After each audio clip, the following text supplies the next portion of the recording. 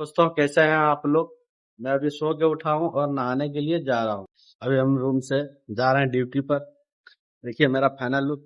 तो हमारा सेटिंग इधर नहीं लगा है, वो इधर भी कटिंग करना मेरा बाकी है।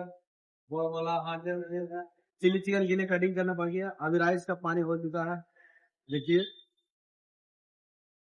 अभी हमारा राइस का पानी हो चुका है। अभी हम राइस डाल रहे हैं गाइस। देखिए जितना राइस डाल गाइस, हमारा राइस हो चुका है, पूरा फाइनल हो चुका है। देखिए अब लेंथ आ चुका है, लेंथ आ गया मतलब राइस पूरा हो चुका है। चलिए यही फिल्टर करने जा रहे हैं अभी। यही फिल्टर करते हैं। देखिए गाइस हम लोगों का चिकन यही आता है, पैकेट वाला चिकन आता है। ये आइस रहता है, ठीक है। कट करके आप लोगों को सिखाते हैं।